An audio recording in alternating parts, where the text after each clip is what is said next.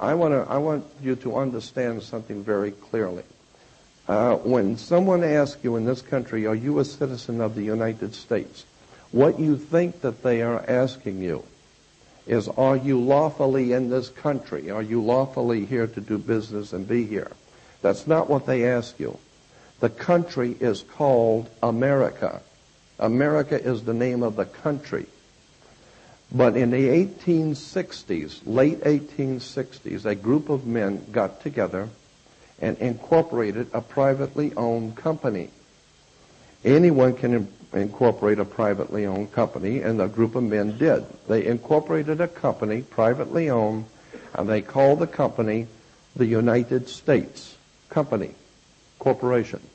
And according to corporate law, and anyone who has a corporation or a business knows that according to corporate law, all corporations must have a president. That's the law. And it must have a vice president. And it must have a secretary of treasurer. That's corporate law. So the corporation had to have a president and a vice president. Today, when you see once a year at the State of the Union, when you see the president come out and the Speaker of the House says, ladies and gentlemen, the President of the United States. Everybody in this country thinks he's the President of America. America doesn't have a president. This is a corporate term used in business. The United States Corporation is a privately owned company. It's privately owned. And it's a 10-mile square that it operates in called the District of Columbia. Columbia simply means universal. This is what Catholic means, universal. When you start tracing back the ownership of the corporation called United States privately owned company, then you begin to see that if you say that you are a citizen of the United States, what you're saying lawfully is that you are an employee of a foreign corporation under international maritime law. You are an employee of a privately owned company. Therefore, if you are living in any state such as California and you're making money here, then what you are doing quite literally is moonlighting, because you are already working for and are an employee of a privately owned company called United States Corporation. But you are earning money in California. Therefore, you are a franchisee of a foreign corporation under maritime law. You're a franchisee. It's like opening up a McDonald's here. You can open up a McDonald's, but you're not the boss of McDonald's. The McDonald's Corporation is the boss. They tell you what you can sell and what you can't sell and how much it's going to be, and they call the shots. You can merely be a franchisee operating under their jurisdiction. So consequently, each one of us who call ourselves a citizen of the United States is in point of fact a franchisee of a foreign corporation, and once a year you have to pay what is referred to as the California Franchise Tax Board, because you're a franchisee of a foreign corporation under international law. Let me explain something to you. There are two kinds of law on the earth, basically two kinds of law. Roman civil law and maritime admiralty. Roman civil law comes from the word civil or civili in Latin, meaning the people of the Illies. The people of the Illies are the people of God, civili. And the civil law is referred to as the law of the land.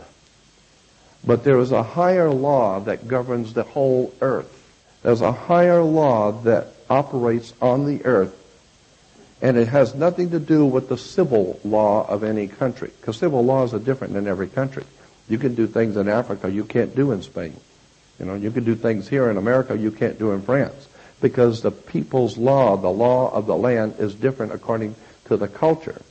But when you talk about the maritime admiralty law, what you're talking about is the law of water, the law of banks. Banking law is called maritime admiralty. And consequently, this is why, incidentally, the Statue of Liberty could not be put on land in this country. It had to be put in a port. It had to be put in water. Why? Because it's not the statue of freedom, it's a statue of liberty. Liberty is what a sailor gets when you pull into port. Because the admiral gives the captain on the board the ship ownership of your body. You ask permission to leave. And if he lets you, which he's most likely not going to, but if he allows you to leave, you have liberty. You don't have freedom. And as long as you call yourself a United States citizen, you are an employee of a foreign corporation incorporated under international law, under maritime law, and consequently you are a franchisee of a foreign corporation. They own you. Now let me show you how they own you. When a ship pulls into port, say from Japan, and brings in, say, $800 million worth of Toyotas or televisions, the first thing the captain has to do is has to give to the port authorities something called a certificate of manifest. He has to give them a certificate showing how much each car costs, whether it has 4 doors or 2, or if it's got air conditioning or not. Every car has to have its certificate of manifest, showing exactly what are you bringing into this country, how much is it going to cost our banks, how much are we going to have to pay Japan for this. And so it's business. It comes in on water. It's maritime admiralty, banking law. And so therefore, each item has to have a certificate of manifest. And the ship, when it pulls into port, parks at the dock. And wherever it parks is called the berthing of a ship. The ship sits in its berth. When you were born, your mother, her water broke. And when your mother's water broke, you came out, and therefore you are a maritime admiralty product. Under international law, you are a product. Under international maritime banking law, you are a product. Because you came out of your mother's water. And therefore you have to have a birth certificate. And the birth certificate has to be signed by the doc. Okay? And consequently,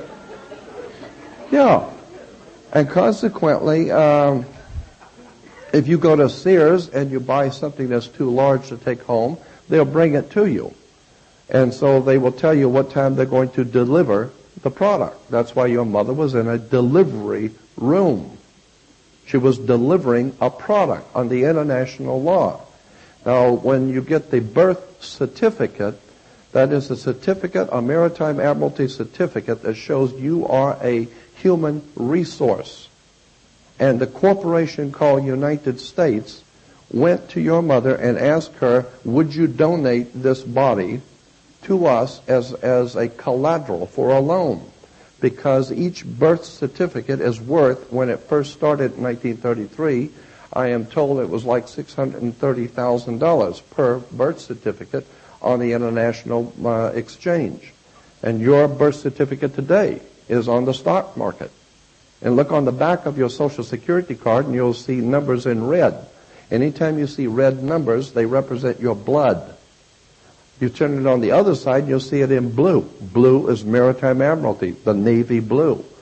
And so consequently, you are a product that was bought.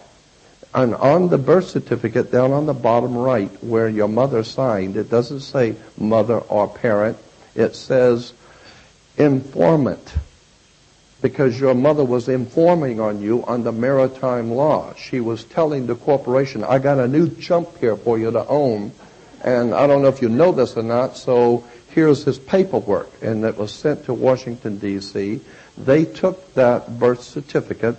And what happened, let me go back and explain that when in 1860s, when this privately owned company was incorporated called United States, like any other corporation that grows too fast, it started getting out of bounds. It started becoming very successful, and they wanted to move out overseas. I'm being very simplistic with this. There's a lot more to it, but I'm giving you the basics.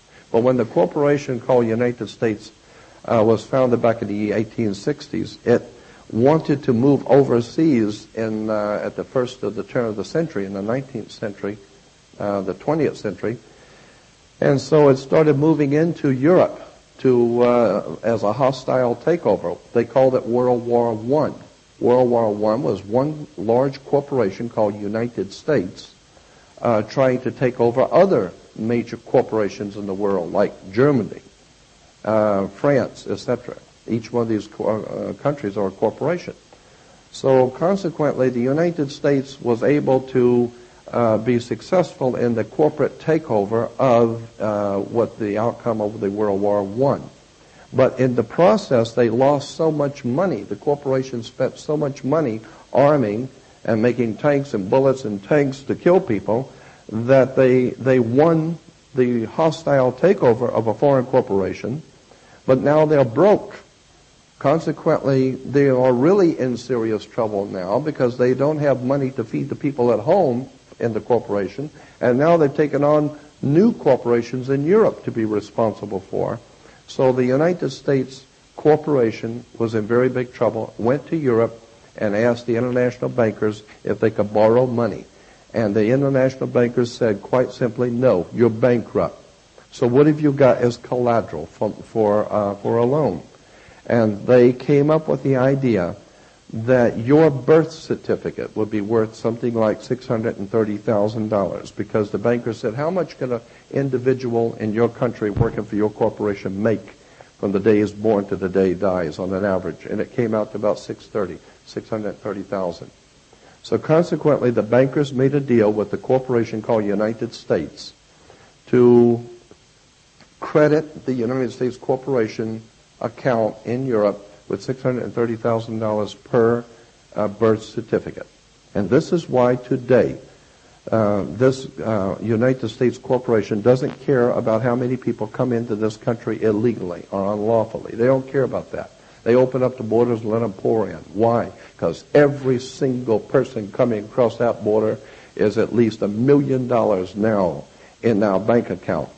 And so that's why we want something called, we don't want undocumented workers. We don't care about people who are illegal coming into the country. We don't want undocumented.